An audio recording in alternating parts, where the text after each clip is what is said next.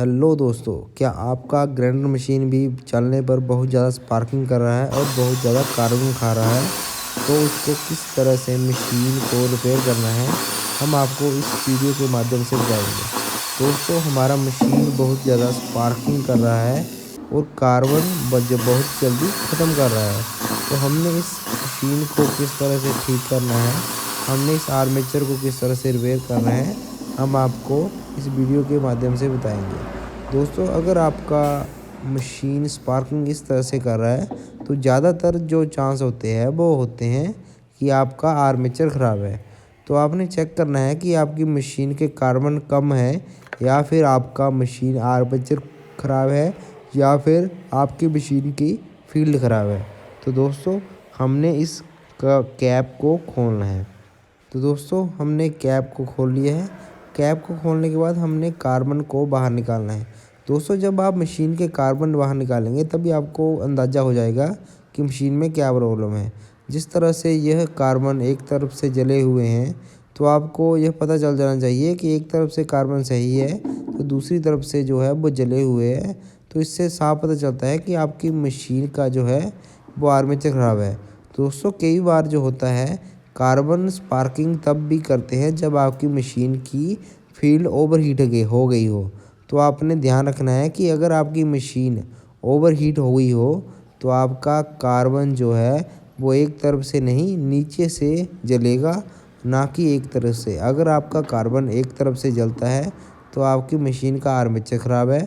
अगर आपकी मशीन का कार्बन नीचे से जलता है तो आपकी मशीन की फील्ड ख़राब है।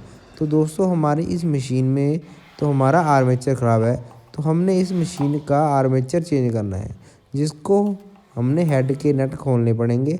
हेड के नट खोलने के लिए हमें ये फ्रंट खोलना पड़ेगा।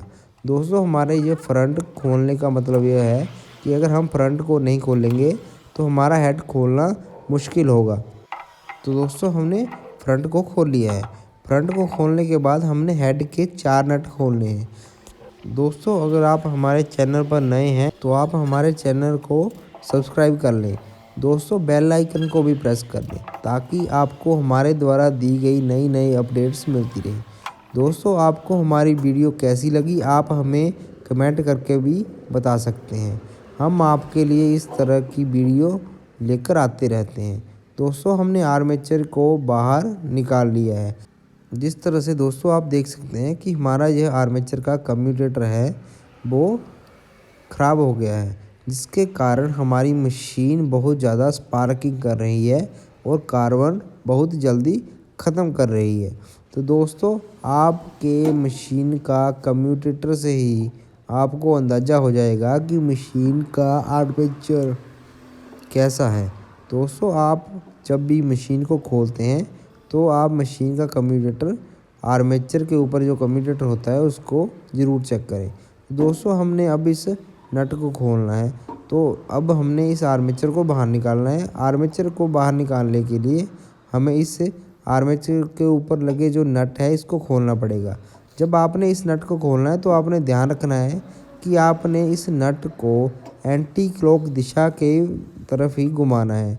आप इस मशीन के नट को क्लॉकवाइज दिशा में ना घुमाएं। आपने याद रखना है कि आपने इस मशीन के नट को एंटी क्लॉक वाइज दिशा में ही घुमाना है, तभी आपका मशीन का आर्मेचर जो है वो बाहर निकलेगा। दोस्तों, आप इस तरह से नट को पूरा खोल दें, तब आपको बेरिंग को बाहर निकालने की ज़रूरत नहीं पड़ेगी। आपका बेरिंग भी साथ में ही बड़ी आसानी से खुल जाएगा। तो अब हमने इसके पीछे के बेरिंग को बाहर निकालना है। दोस्तों, आप जब भी मशीन की रिपेयरिंग करते हैं तो आपने इस बात का ध्यान रखना है कि आपकी मशीन में क्या प्रॉब्लम है और हमने मशीन को किस तरह से खोला है। आप अपनी मशीन को उसी तरह से दोबारा फिट कर दें, आपको रिपेयरिंग करने में कोई भी प्रॉब्लम नहीं आएगी। तो आपने जब भी अपनी मशीन को रिपेयर करना है तो ध्यान रखना है कि हमने उस मशीन को किस तरह से खोला है। आप उसी तरह से मशीन को फिट कर दें, आपको कोई भी परेशानी नहीं आएगी। तो दोस्तों, अब हमने इसके पीछे के बेरिंग को खोलना है, जो कि बेरिंग नंबर 608 नंबर बेरिंग है। हमने इस बेरिंग को पुलर की सहायता से खोलना है। दोस्तों इस बेरिंग को और किसी तरीके से नहीं खोला जाता। तो आपने जब भी मशीन के बेरिंग को खोलना है पुलर की सहायता से ही खोलें। दोस्तों आपको टूल का सही इस्तेमाल करना है, तभी आप मशीन की आसानी से रिपेयरिंग कर सकते हैं। तो जब भी आपने मशीन की रिपेयरिंग करनी है, आपने याद रखना है कि हमने कौन सा नट कहाँ से खोला है और कौन सा कैप और कौन सा कवर कहाँ से खोला है। तो दोस्तों हमने जब मशीन के बेरिंग बाहर निकालने हैं, तो हमने इस जो बेरिंग के कवर होते हैं, जो हमारे कम्यूटेटर या फिर आर्मेचर को सेफ्टी कर दे हैं, जो जब हमारा मशीन का आर्मेचर या बेरिंग टूट जाता है तब यह कवर हमें सेफ्टी करते हैं। तो दोस्तों हमारा जो पुराना आर्मेचर है वो डैमेज है, तो इसमें हमने ओरिजिनल नया आर्मेचर डाला है। अब हमने इसके ऊपर पीछे की तरफ बेरिंग सेफ्टी कवर लगाया है। अगर हमारा बेरिंग टूट जाता है तो उसका जो पार्ट्स है वो बिखर कर आर्मेचर या कम्यूटेटर या फिर फील्ड में नहीं बजेंगे। तो दोस्तों आपने जब मशीन रिपेयर करनी है तो आपने बेरिंग भी ज़रूर चेक कर लेने हैं कि हमारे बेरिंग वही सही हैं जो हमने नए बेरिंग डालने हैं। आपने मशीन के बेरिंग को अच्छे से चेक करना है। मशीन में बेरिंग में कोई भी प्ले नहीं होनी चाहिए, तभी आपने उन्हीं बेरिंग को डालना है। अगर आपकी मशीन के बेरिंग में ज़रा सी भी प्ले आ रही है तो आपने उस बेरिंग को चेंज कर देना है। तो हमने इस अब ऊपर के सेफ्टी कवर को लगाना है।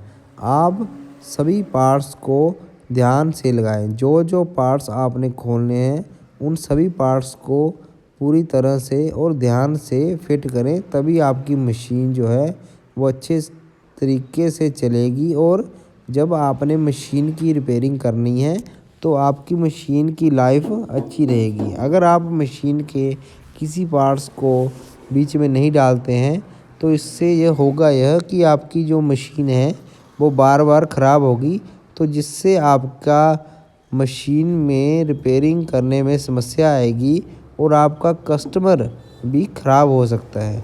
तो दोस्तों आपने इस बात का ध्यान रखना है कि जब भी आप मशीन की रिपेयरिंग करें, बड़े ध्यान से और बड़े सहज तरीके से मशीन की रिपेयरिंग करें।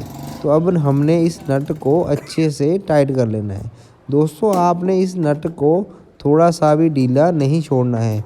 अगर आप इस नट को ढीला छोड़ते हैं तो आपका जो गियर है फ्री रह जाएगा, तो जिसके कारण आपका आर्मेचर तो घूमेगा लेकिन ऊपर की शाफ्ट नहीं घूमेगी। तो आपने ध्यान रखना है कि आपने जब भी इस मशीन को रिपेयर करना है बड़े ध्यान से रिपेयर करना है।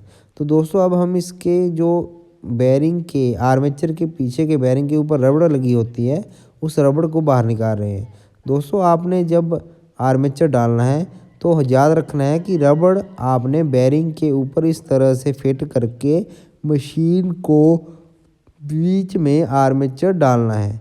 आपने ध्यान रखना है कि जब भी आर्मेचर डालना है बेरिंग की रबड़ को बाहर निकाल के बेरिंग के ऊपर रबड़ को चढ़ाकर ही आर्मेचर को मशीन के बीच में फिट करना है। अगर आप सीधा ही मशीन को या आर्मेचर को मशीन में फिट कर देते हैं बिना रबड़ निकाले हुए, तो आपकी रबड़ जो है वो अंदर एक तरफ को मुड़ सकती है, जिससे आपका आर्मेचर आपकी फील्ड के साथ टच होगा या फिर आपकी मशीन जब आपका आर्मेचर आपकी फील्ड के साथ टच होगा या आपका आर्मेचर मशीन में अनबैलेंस चलेगा, तो जिससे आपकी मशीन है वो बहुत ज़्यादा गर्म होगी, बहुत ज़्यादा मशीन में हीटिंग प्रॉब्लम आ गई। तो दोस्तों आपने इस बात का ध्यान रखना है। तो जब भी आपने मशीन रिपेयरिंग करनी है, दोस्तों अब हमने इस मशीन को रिपेयर किया है तो हमने अब इसमें कार्बन भी है वो अच्छी कंपनी के ओरिजिनल यूज़ किए हैं। जब आप मशीन को रिपेयर करते हैं, मशीन में आर्मेचर डालते हैं, तो आपने ध्यान रखना है कि आप मशीन में नए कार्बन नहीं डालें, पुराने कार्बन का इस्तेमाल नहीं करें। अगर आप पुराने कार्बन का इस्तेमाल करते हैं तो आपकी मशीन में प्रॉब्लम आएगी, आपका नया आर्मेचर भी डैमेज हो सकता है। आपने इस बात का ध्यान रखना है। जब आपने कार्बन लगाने हैं तो आपने अच्छे से थिम्बल को टाइट करके लगाना है। आपकी थिम्बल जो है वो टाइट होनी चाहिए। अगर आपकी थिम्बल लूज़ रह जाती है तो आपकी मशीन में फिर भी प्रॉब्लम आएगी। दोस्तों, आप हमारी वीडियो देखते रहें, तभी आपको पूरी जानकारी हो जाएगी कि मशीन को किस तरह से रिपेयर किया जाता है। आप इन सभी मशीनों को बड़ी आसानी से रिपेयरिंग कर पाएंगे अगर आप हमारी वीडियो या हमारे चैनल को सब्सक्राइब कर लेते हैं। तो दोस्तों, आपने इस बातों का ध्यान रखना है। तो दोस्तों, अब देख सकते हैं आप, मशीन में ज़रा सी भी स्पार्किंग नहीं है। हमारी मशीन बिल्कुल सही वर्किंग कर रही है। बिल्कुल मशीन ऐसे लग रही है कि मशीन बंद है, चल नहीं रही है। तो दोस्तों, आपको आवाज़ से जानकारी हो गई होगी कि मशीन जो है वो चल रही है, लेकिन हमारी मशीन में ज़रा सी भी स्पार्किंग नहीं है। तो दोस्तों, अब हमने इसके हेड को लगाया है। अब हमने मशीन में जो फ्रंट है उसको लगाना है। जब आपने फ्रंट के ऊपर जो गियर लगे होते हैं उसको फिट करना है तो आपने उसमें ग्रीसिंग ज़रूर कर लेनी है। दोस्तों, अगर आप मशीन में अच्छे से ग्रीसिंग करते हैं तो आपकी गियर की लाइफ अच्छी होगी और मशीन गर्म नहीं होगी और मशीन अच्छे से लंबे समय तक वर्किंग करेगी। तो आपने इन छोटी छोटी बातों का ध्यान रखना है, तभी आपकी मशीन की रिपेयरिंग जो है वो आसान हो जाएगी। तो दोस्तों, अब हमने फ्रंट के नटों को लगा लेना है। फ्रंट के नट को लगाने के बाद हम आपको मशीन प्रॉपर चलाकर बताएंगे कि अब हमारी मशीन किस तरह से चल रही है और क्या स्पार्किंग का रिस्पॉन्स आ रहा है। दोस्तों, अगर आप मशीन में ओरिजिनल पार्ट्स डालते हैं तो आपको कभी भी कोई प्रॉब्लम नहीं आएगी। तो आपने जब भी मशीन को रिपेयर करना है, बड़े ध्यान से रिपेयर करना है और सभी पार्ट्स को ओरिजिनल डालना है। दोस्तों, आप देख सकते हैं हमारे जो मशीन के स्पार्किंग है वो बिल्कुल सही है। तो आप भी दोस्तों इस तरह से मशीन की रिपेयरिंग कर सकते हैं।